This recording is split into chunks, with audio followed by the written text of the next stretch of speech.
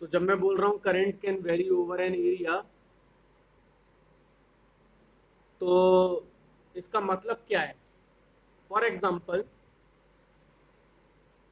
हम लोगों के पास में एक वायर है जिसमें करंट फ्लो कर रहा है।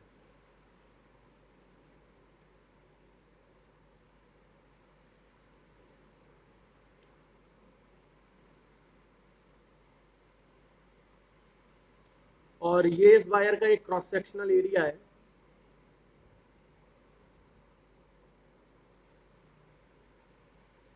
जिस पे हम बात कर रहे हैं फ्लो ऑफ करंट की।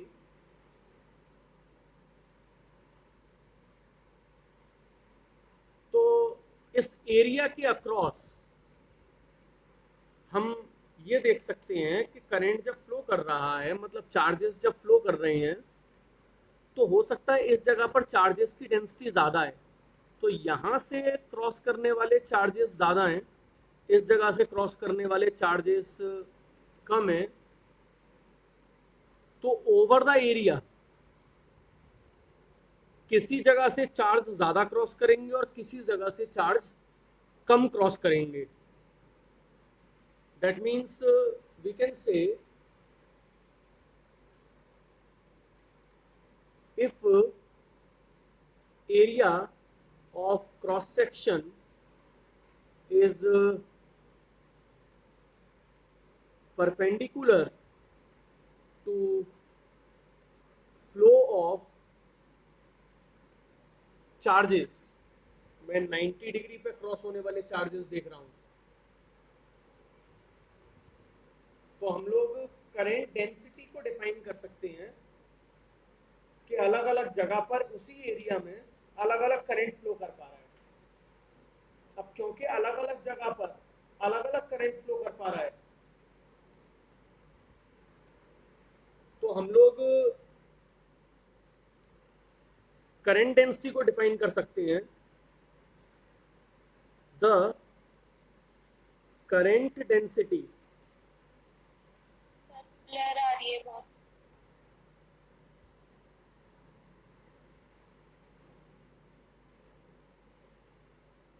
सर ये ऐप ही बेकार है। दिख नहीं रहा? बिल्कुल नहीं दिख रहा सर, बिल्कुल नहीं दिख रहा। नहीं नहीं दिख रहा सर, नहीं दिख रहा सर। कैप्शन में थोड़ा बहुत क्लास में भी यही प्रॉब्लम थी, बहुत ब्लर था। तो एक काम करो, फिर जूम पे ही आओ।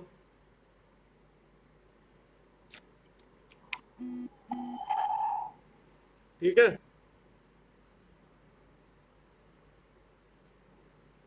और ये पूरा एरिया छोटा होके एक पॉइंट बन जाएगा,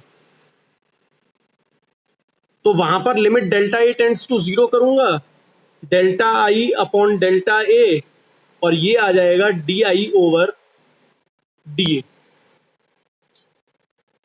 तो एक पर्टिकुलर पॉइंट पे अगर करंट डेंसिटी देखूं तो वो हो जाएगा D I by D A. Average देखूं तो अलग अलग छोटे छोटे एरिया पे अलग अलग देख सकता हूं मैं, लेकिन ये सब दोनों फॉर्मूले कब वैलिड है? When current is perpendicular to area. अगर एरिया के परपेंडिकुलर है करंट, तो अगर यही एरिया के परपेंडिकुलर ना होता करंट, तब क्या करते हैं हम लोग?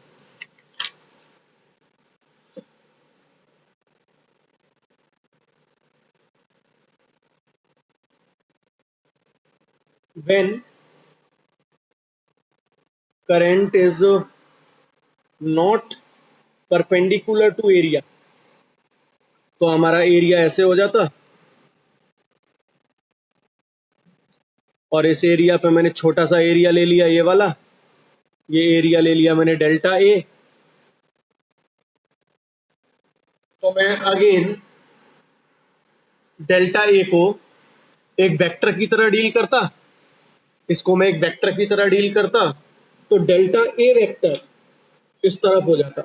ये मैंने ले लिया डेल्टा ए, तो यहां मैं ले सकता हूं delta A vector, area vector ले सकता हूं। और करंट अगर इस तरफ जा रहा है डेल्टा आई,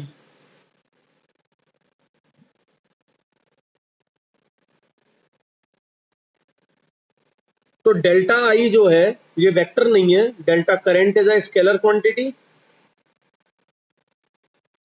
तो हम करंट डेंसिटी डिफाइन कर सकते हैं, और मैं जे एवरेज अगर निकालूंगा तो मैं यहां पर बोलूंगा जे एवरेज, करंट डेंसिटी एवरेज हो जाएगी delta I divided by area का इस तरफ का कंपोनेंट, ये एंगल थीटा है तो इस तरफ हो जाएगा delta A cos theta. That means मैं यहां से लिख सकता हूं delta I is equal to J average into delta A cos theta, या फिर जे एवरेज जो है ये हमारा वेक्टर है और डेल्टा ए भी वेक्टर है, तो मैं लिख सकता हूं जे average dot delta A vector. तो ये एक स्केलर है करंट, और ये दो वेक्टर का डॉट प्रोडक्ट्स है। पहला वेक्टर है करंट डेंसिटी और दूसरा वेक्टर है एरिया वेक्टर, इन दोनों का डॉट प्रोडक्ट है। और current density at point P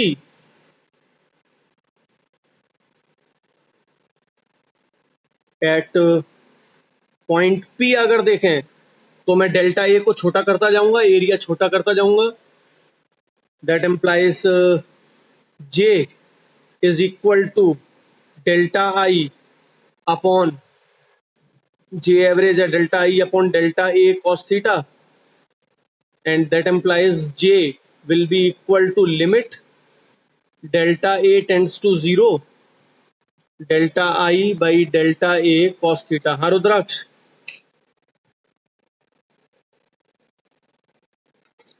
delta A cos theta क्यों हुआ? वो डेल्टा आई cos थीटा होगा ना? नहीं, डेल्टा आई कॉस थीटा नहीं, डेल्टा ए कॉस थीटा। मैं अभी बता रहा हूँ, एक मिनट रुको। तो इसको हम जे लिख सकते हैं और डेल्टा ए छोटा हो जाएगा, तो D I over D A cos theta लिख सकता हूं मैं इसको।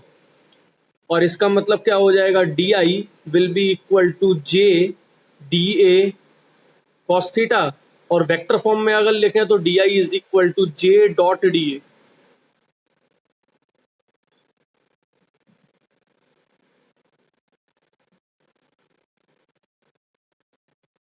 देखो करंट डेंसिटी की हमने जो डेफिनेशन दी है रुद्राक्ष, वो ये दी है,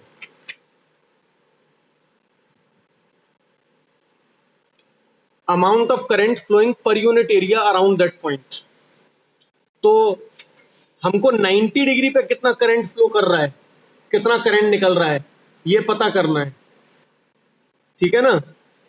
तो जैसे तुमने वो याद है जब हमने फ्लक्स को डील किया था, तब हमने एरिया का कंपोनेंट निकाला था कि पानी निकल रहा है, उस एरिया को अगर हमने एरिया का कंपोनेंट कर लिया तो कितना पानी निकलेगा उसमें से। ध्यान है रुद्राक्ष? नहीं है?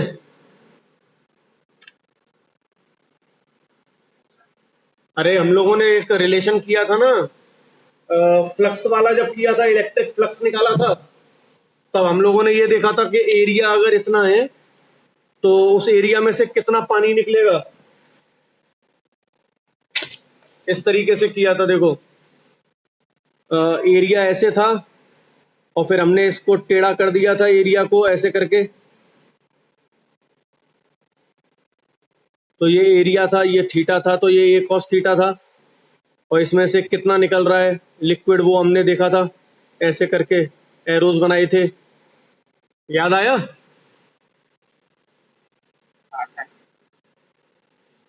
तो यहां पर हमको पता लगाना है कि करंट कितना क्रॉस कर रहा है इसके एरिया के परपेंडिकुलर। तो यहां पर ये वाला एरिया हमने ऐसे लिया है, अब हमको करंट इस तरफ जा रहा है, तो करंट के परपेंडिकुलर कितना एरिया है ये हमको देखना है। तो इसका मैं ये कंपोनेंट देखूंगा ना, ये वाला कंपोनेंट जो कि करंट की डायरेक्शन में होगा, डेल्टा आई इस तरफ और डेल्टा ए कॉस थीटा इस तरफ।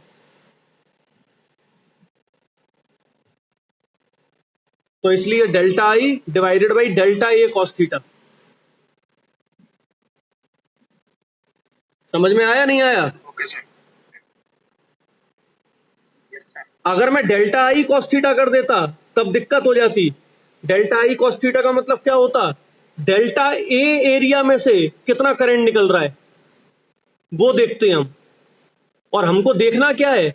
हमको देखना है कि डेल्टा आई करंट कितने एरिया से परपेंडिकुलरली निकल रहा है।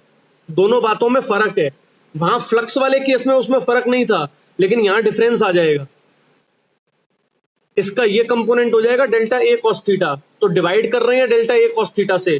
अगर मैं डेल्टा आई कॉस थीटा लेता तो कॉस थीटा ऊपर आता, तो मतलब करंट कम क्रॉस करता। तो मैं क्या बोलता कि delta I cos theta current flow कर रहा है डेल्टा ए एरिया से। नहीं समझ में आई बात? आ गया सर, आ गया। हाँ, तो D I is equal to J dot D A. तो अल्टीमेटली हमारे पास में दो चीजें हो गई। पहली चीज, नंबर वन, हमने करंट डेंसिटी क्यों डिफाइन करी। नंबर वन में हम लोगों ने पहले ही बोला है कि करंट डेंसिटी डिफाइन करने का रीजन ये है कि एरिया ऑफ क्रॉस सेक्शन पे चार्ज वेरी कर सकता है। कितना चार्ज फ्लो कर रहा है किस जगह से, वो वेरी कर सकता है। इस जगह ज्यादा हो सकता है, इस जगह कम हो सकता है, इस जगह कम हो सकता है। तो charge can very over the area. तो हम लोग डिफाइन करेंगे चार्ज पर यूनिट एरिया। तो इस पूरे एरिया के लिए अगर देखूं तो करंट डेंसिटी हो जाएगी आई, टोटल आई करंट जो फ्लो कर रहा है, डिवाइडेड बाई ए। अगर मैं पूरे एरिया के लिए लेता हूं यहां पर, तो करंट डेंसिटी अगर आई करंट फ्लो कर रहा है तो एरिया ए है, तो आई बाई ए हो जाएगा करंट डेंसिटी इस केस में। लेकिन करंट डेंसिटी एक पॉइंट पे डिफाइन करेंगे, पूरे एरिया के लिए डिफाइन कर सकते हैं। तो मैं इसका लिमिट लगाऊंगा तो एक पॉइंट के लिए डिफाइन करूंगा, और पॉइंट के लिए डिफाइन करना है तो लिमिट लगा दूंगा डेल्टा ए टेंड्स टू 0। तो इसलिए हमने क्या किया है, हमने दो केस लिए, जब करंट 90 डिग्री पे क्रॉस कर रहा है एरिया के, और जब करंट 90 डिग्री पे क्रॉस नहीं कर रहा है। अगर करंट 90 डिग्री पे क्रॉस कर रहा है तब एवरेज करंट डेंसिटी हो जाएगी delta I by delta A, जिस एरिया की हम बात कर रहे हैं, यहां पर इस एरिया की बात कर रहे हैं, और करंट एरिया के परपेंडिकुलर है, तो delta I by delta A. और एक पॉइंट के लिए अगर देखूं तो लिमिट लगा दिया, डेल्टा ए टेंड्स टू 0 कर दिया, तो D I by D A हो गया। अगर वो 90 डिग्री पे नहीं है, करंट इधर फ्लो कर रहा है और एरिया वेक्टर इस तरफ है, तो delta I divided by delta A cos theta तो हो जाएगा एवरेज। तो मैं करंट इसमें से कितना क्रॉस कर रहा है उसको पता लगाऊंगा, तो जे एवरेज जो कि एक वेक्टर क्वांटिटी है, डॉट प्रोडक्ट कर दूंगा उसका डेल्टा ए के साथ में, और मैं एक पॉइंट के लिए लूंगा तो डी आई हो जाएगा जे डॉट डी ए। अब कुछ इंपॉर्टेंट पॉइंट्स हैं इससे रिलेटेड जो हमको ध्यान रखने हैं, जिससे क्लियर हो जाएगा करंट डेंसिटी क्या है और हम क्यों डिफाइन कर रहे हैं। ध्यान से देखना, current is a scalar quantity. Current एक स्केलर क्वांटिटी है, and the cause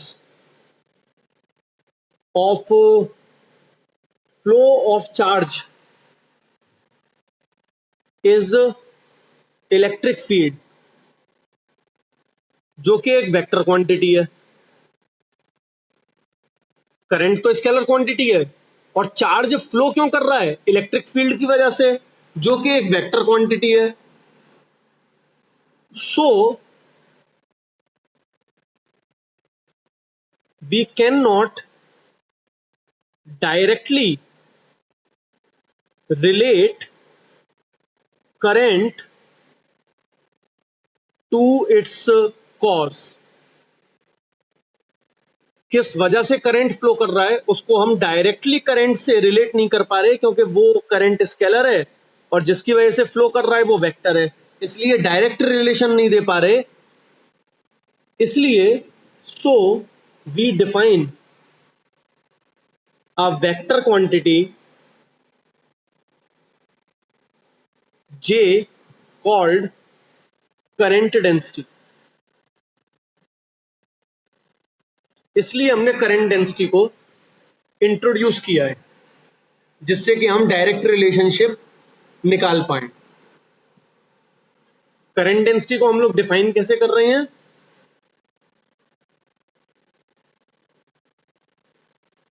current density is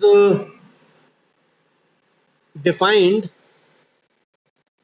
as amount of current flowing per unit area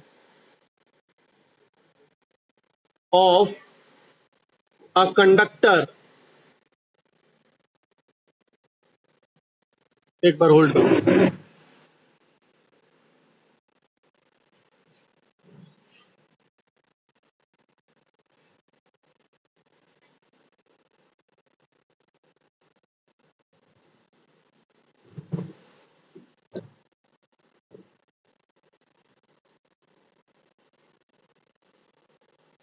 ठीक है, तो amount of current flowing per unit area of the conductor. Number 3,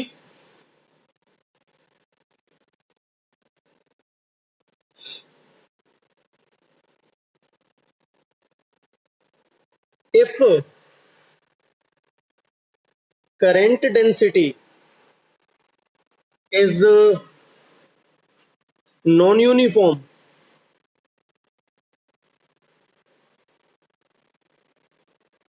over a cross-sectional area, we define current density at a point over area। तो अब मैं summarise कर रहा हूं इसको। फाइनल समराइजेशन में क्या दे सकता हूं?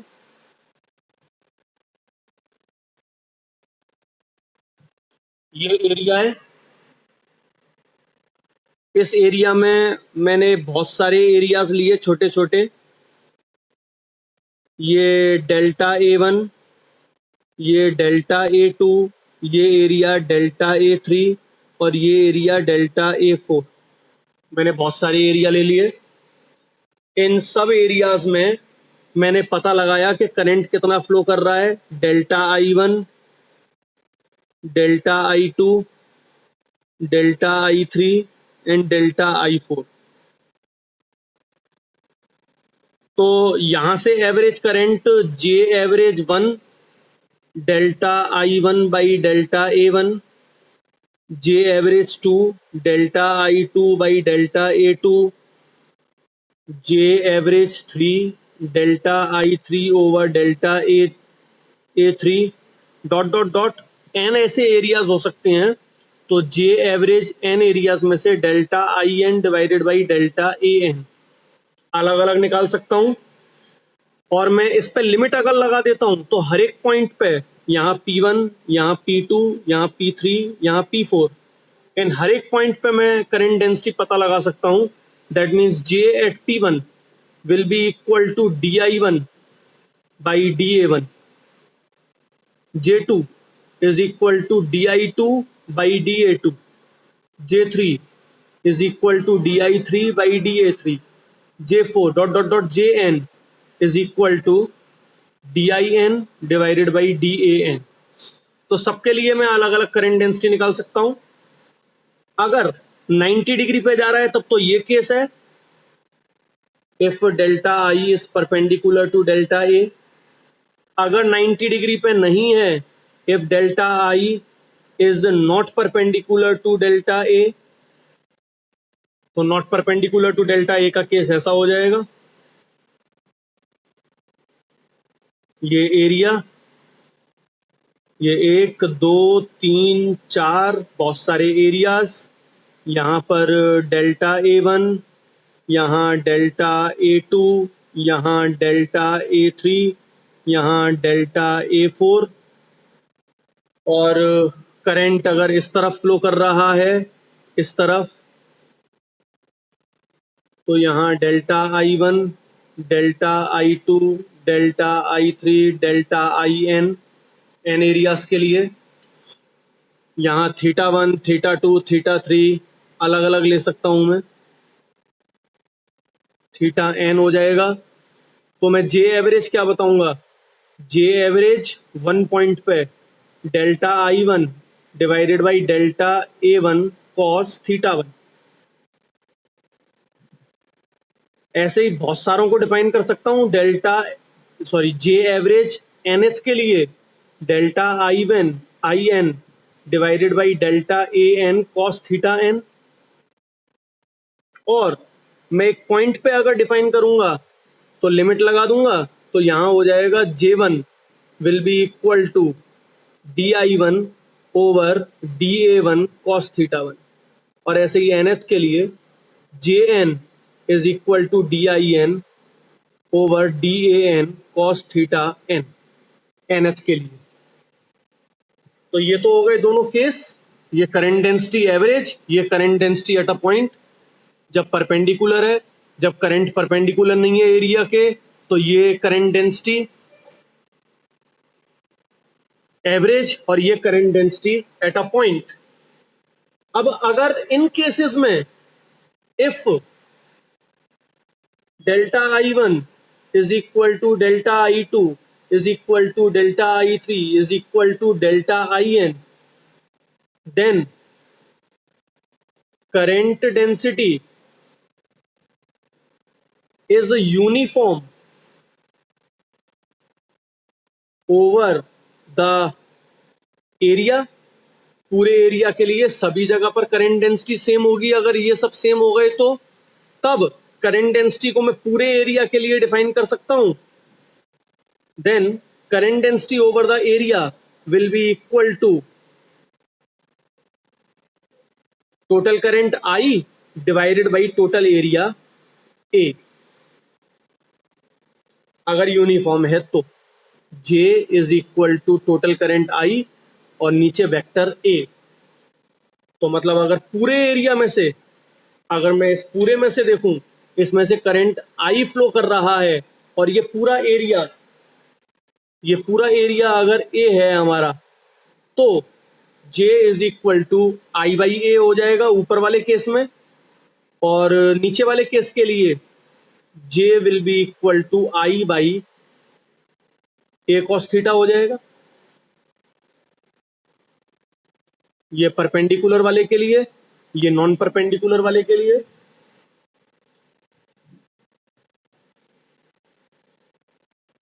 क्लियर है सबको?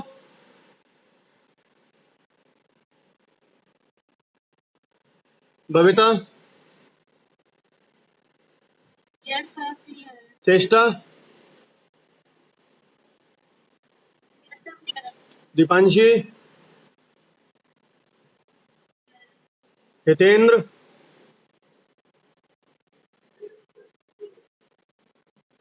कौशलेंद्र। सर ये एरिया वेक्टर के लिए परपेंडिकुलर भी होगा है, यहाँ पे तो जीरो है। हाँ, जीरो एंगल का मतलब करंट और एरिया परपेंडिकुलर हो गए ना एक दूसरे के। एरिया वेक्टर और करंट, नहीं, एरिया वेक्टर के पैरेलल हो गया, पर एरिया के तो परपेंडिकुलर हो गया ना, और सर इसमें yes, sir, है ना। करंट डेंसिटी में जो एरिया एरिया वेक्टर, तो सब पैरेलल हाँ बेसिकली पैरेलल, पर मैं यहाँ परपेंडिकुलर इसलिए लिख रहा हूँ क्योंकि ये पता होना चाहिए कि एरिया के 90 डिग्री पे करंट क्रॉस कर रहा है।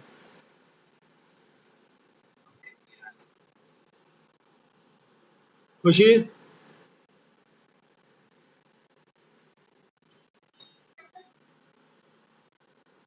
कृष्णाश्री, लव,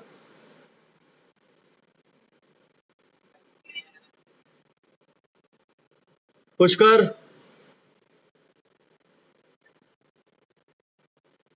राधिका, रुद्राक्ष, यस सर। सौरभ,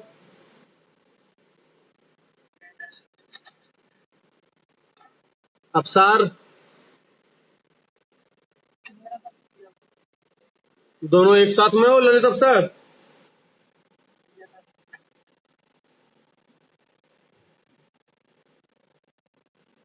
अब देखो, सपोज से मैं एक क्वेश्चन देखता हूं, उस क्वेश्चन के हिसाब से हमको अंदाजा लग जाएगा कि हम करंट डेंसिटी की क्या बात कर रहे हैं।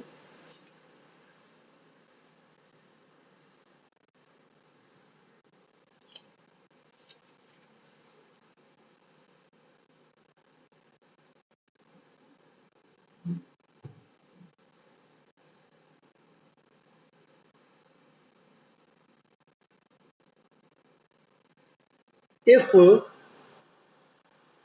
current density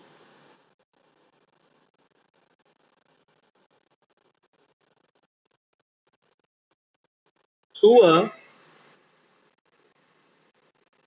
cylindrical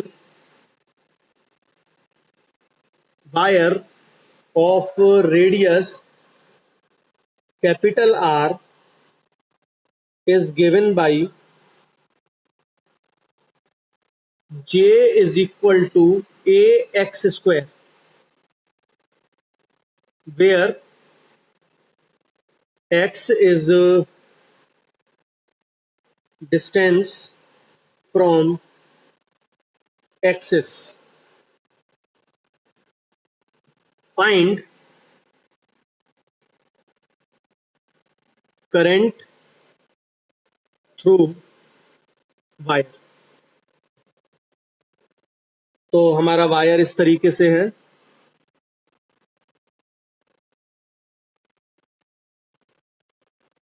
सिलिंड्रिकल,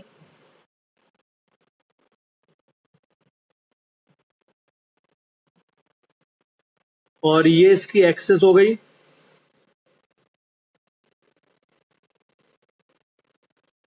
और इसके एक्सिस के हम एक्स डिस्टेंस पे अगर देखेंगे तो एक्स डिस्टेंस यहां से, एक्स डिस्टेंस ये पूरा डिस्टेंस तो है कैपिटल आर, तो यहां से एक्स डिस्टेंस पे करंट डेंसिटी हमको जे गिवन है ए एक्स स्क्वायर, इस फॉर्मूले से गिवन है। तो मतलब जैसे अगर सेंटर पे देखा जाए तो बिल्कुल करंट फ्लो नहीं करता, एक्स की वैल्यू 0, तो यहां सेंटर में से करंट 0 है। और जैसे जैसे मैं दूर जाता जाऊंगा बाहर की तरफ एक्स की वैल्यू ज्यादा, तो मतलब यहां करंट डेंसिटी ज्यादा है इस जगह। तो मतलब वायर के कॉर्नर्स पे तो करंट ज्यादा फ्लो कर रहा है और सेंटर पे करंट फ्लो नहीं कर रहा है।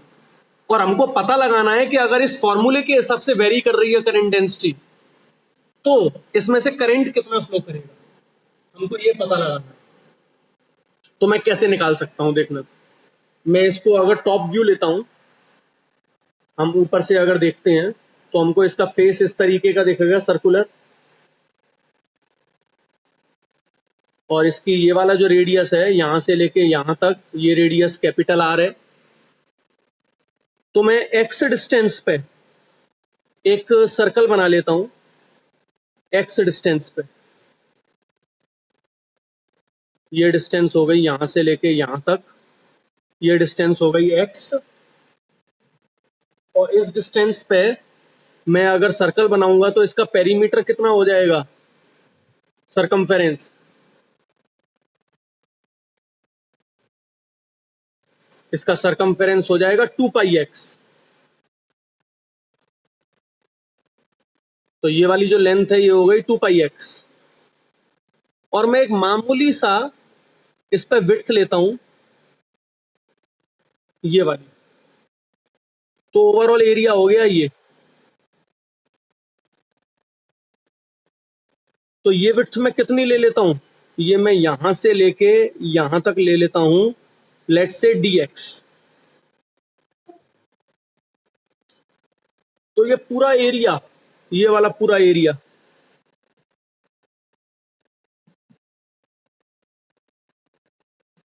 ये पूरा एरिया हो जाएगा डी ए,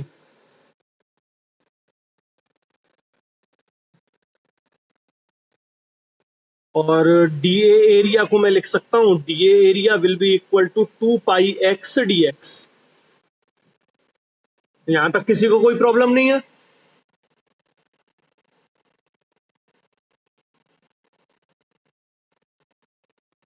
और करंट डेंसिटी दी हुई है हमको जे, जो कि ए एक्स स्क्वायर है, तो मैं फॉर्मूला लगाऊंगा D I is equal to J dot D ए।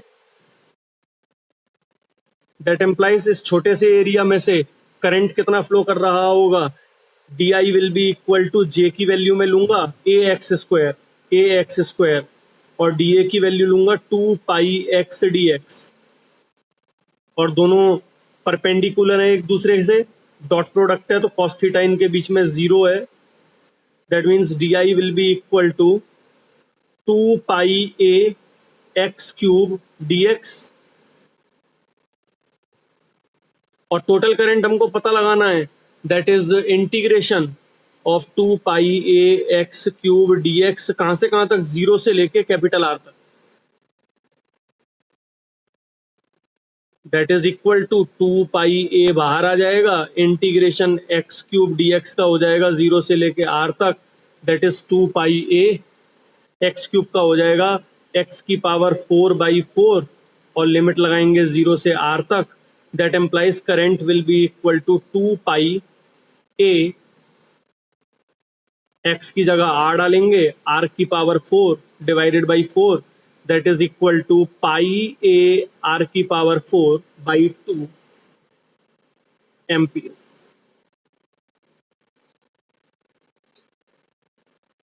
सबको समझ में आ गया? सर हाँ, इसमें जो आपने ये DA की वैल्यू निकाली है, डीए की, हाँ ऊपर, हाँ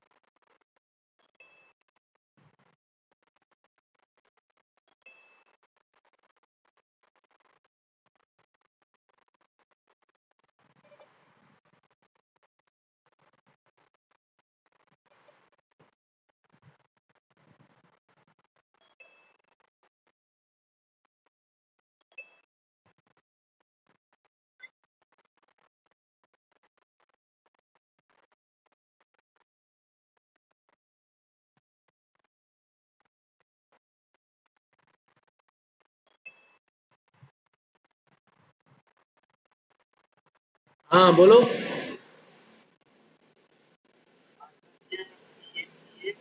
थोड़ा समझ नहीं आती है। ये 2 पाई एक्स डी एक्स कैसे आया? यस सर, देखो,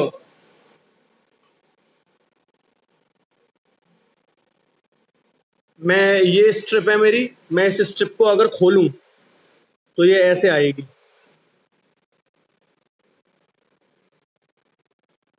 तो ये तो अंदर वाला सरकमफेरेंस का पार्ट है, या अगर बिल्कुल एकदम सटीक खोलेंगे तो ये कुछ इस तरीके से आएगी। ये तो अंदर वाला सरकमफेरेंस है, तो ये वाली लेंथ हो जाएगी सरकमफेरेंस के बराबर 2 पाई एक्स, और इसकी विड्थ कितनी ली थी हमने, वो ली थी डी एक्स, तो इसका एरिया कितना हो जाएगा, approximately 2 pi x into D x. हो जाएगा कि नहीं हो जाएगा? यस सर, यस, ठीक है सर। और किसी को कोई डाउट?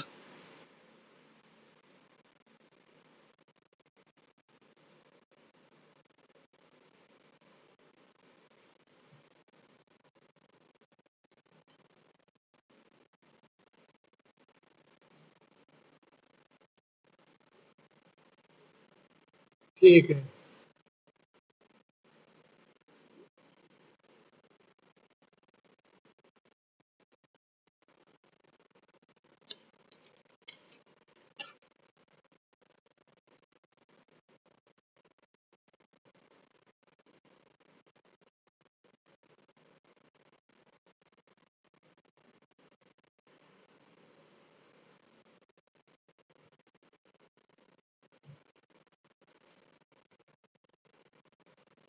एक नोट लिखते हैं।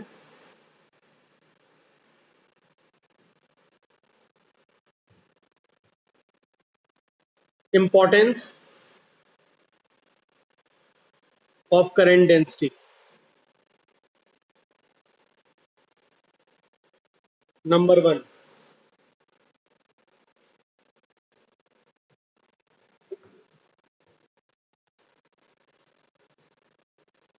current density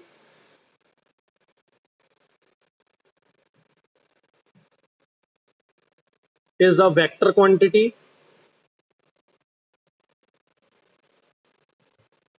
whose magnitude denotes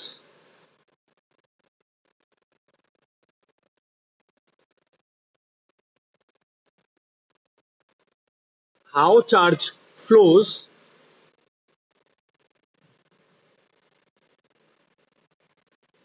at a certain point,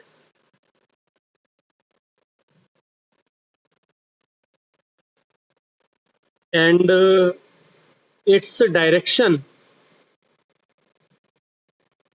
tells about the direction of flow of charge, कि किस डायरेक्शन में चार्ज फ्लो कर रहा है।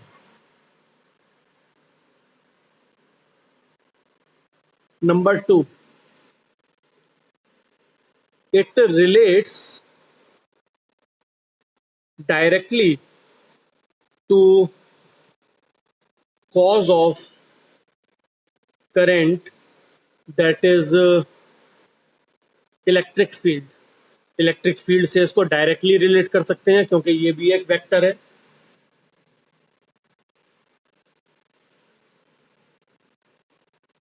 Direction of current density is same as that of velocity of positive charge or opposite to direction of negative charge. मतलब current की direction में ही होगी। Number four,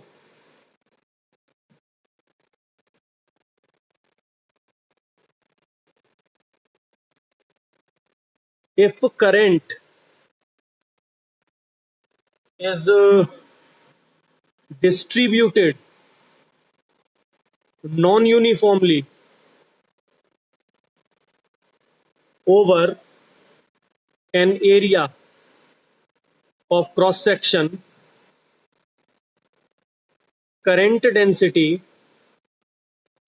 is a better way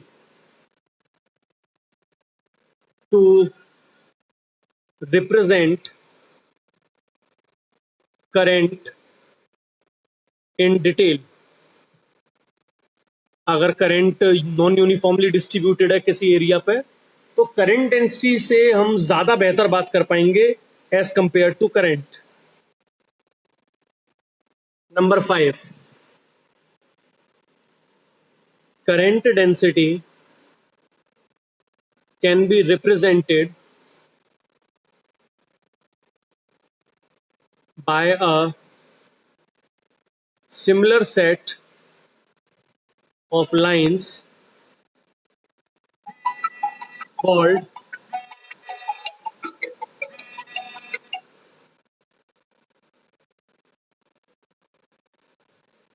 similar set of lines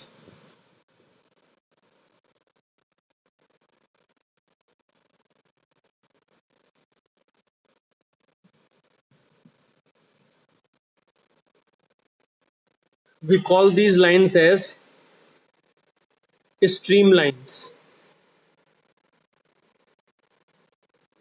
और इसमें the spacing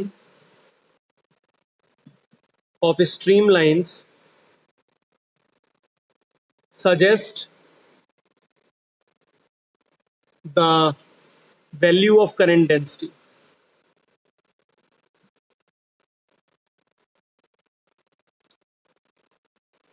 Narrow streamlines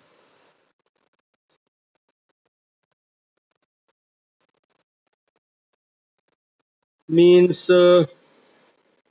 more current density, and spaced streamlines means less current density. तो हम इस तरीके से बात कर सकते हैं। एक ये अगर वायर है मेरे पास में,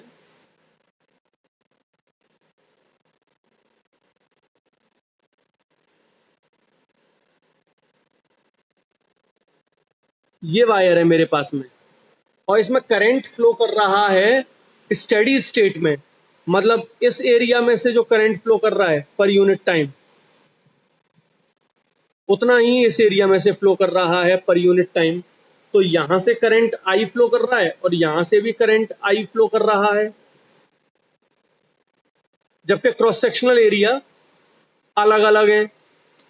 तो इस जगह पर करंट डेंसिटी ये वाला एरिया में ले लेता हूं A1 और ये वाला एरिया में ले लेता हूं A2। तो यहां करंट डेंसिटी कितनी हो जाएगी इस जगह पर? इस जगह पर करंट डेंसिटी हो जाएगी J is equal to I by A1, और इस जगह करंट डेंसिटी हो जाएगी J is equal to I by A2। अब A1 बड़ा है तो यहाँ J की जो वैल्यू है ये J1, ये J2। तो यहाँ करंट डेंसिटी, करंट तो सेम है दोनों जगह पे, पर एरिया डिफरेंट होने की वजह से यहाँ करंट डेंसिटी कम होगी और यहाँ करंट डेंसिटी ज्यादा होगी। तो हम इसको रिप्रेजेंट कैसे कर सकते हैं? हम लाइन से रिप्रेजेंट कर सकते हैं कि करंट डेंसिटी की लाइंस हम ऐसे बना सकते हैं।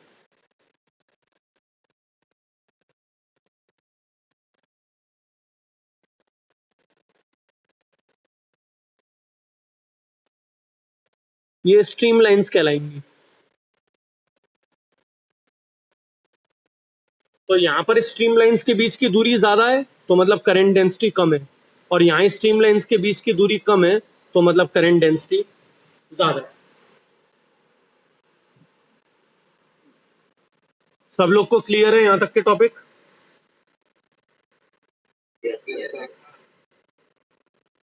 अगर डाउट है तो अभी पूछ लो करंट डेंसिटी में।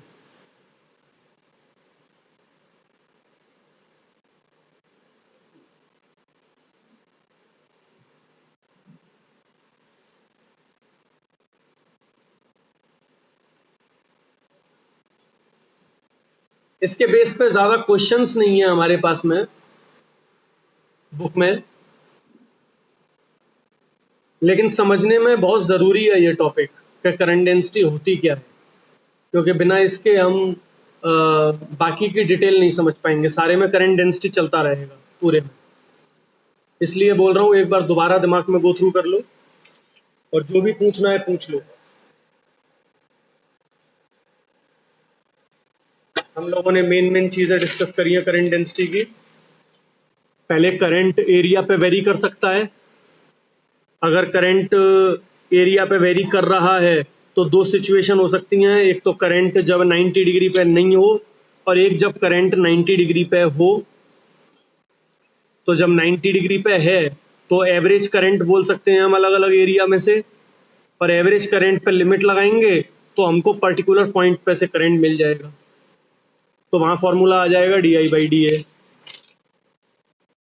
अगर 90 डिग्री पे नहीं है तो delta I by delta A cos theta हमारा एवरेज करंट डेंसिटी होगी, और करंट को अगर मेरे को पता लगाना है तो एवरेज करंट डेंसिटी का डॉट प्रोडक्ट में डेल्टा ए से कर दूंगा।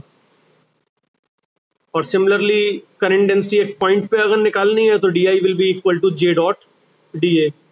इस फॉर्मूले का यूज हमने इस क्वेश्चन में किया है। Direct DI is equal to J dot DA, यही फॉर्मूला लगाया है हमने, DI is equal to J dot DA।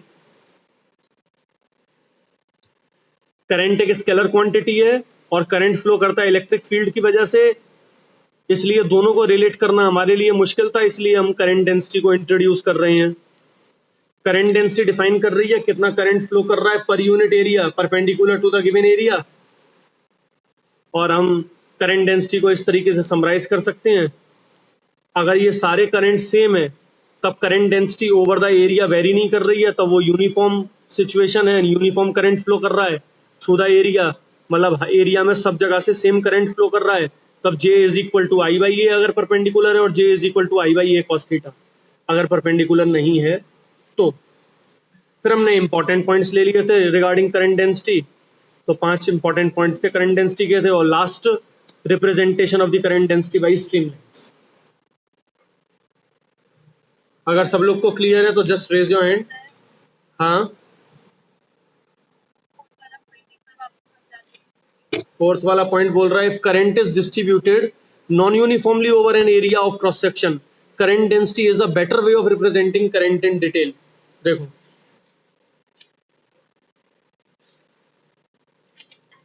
यहां पर अलग अलग एरिया में से अलग अलग करंट क्रॉस कर रहा है, तो मतलब यूनिफॉर्म नहीं है ना, तो current is non uniform over the area, यही बोल रहा है। If current is distributed non uniformly over an area of cross section, तो ये केस है या ये वाला केस है, हर एक एरिया में से अलग अलग करंट क्रॉस कर रहा है, और जब हर एक एरिया में से छोटे में से अलग अलग करंट क्रॉस कर रहा है तो एक पर्टिकुलर करंट की बात करना हमारे लिए मुश्किल है, इसलिए हम लोग करंट डेंसिटी की बात कर रहे हैं। यही यहां पर बोल रहे हैं if current is distributed non uniformly over an area of cross section current density is a better way to represent current in detail. ठीक है ना।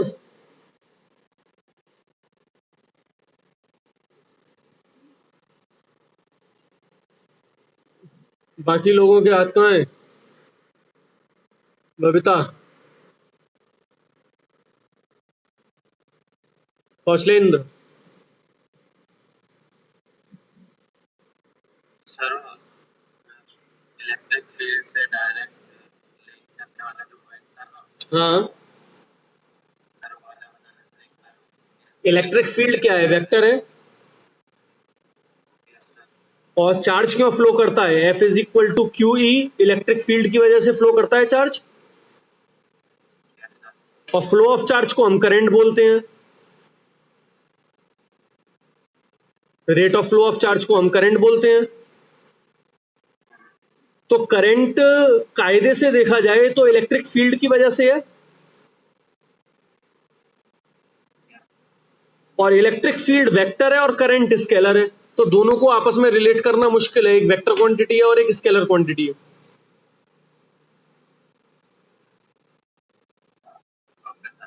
इसलिए हम लोगों ने करंट डेंसिटी को इंट्रोड्यूस किया।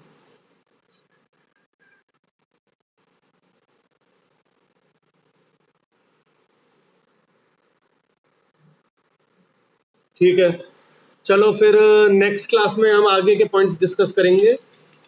करंट डेंसिटी एक बार दोबारा सब लोग पढ़ लोगे आज।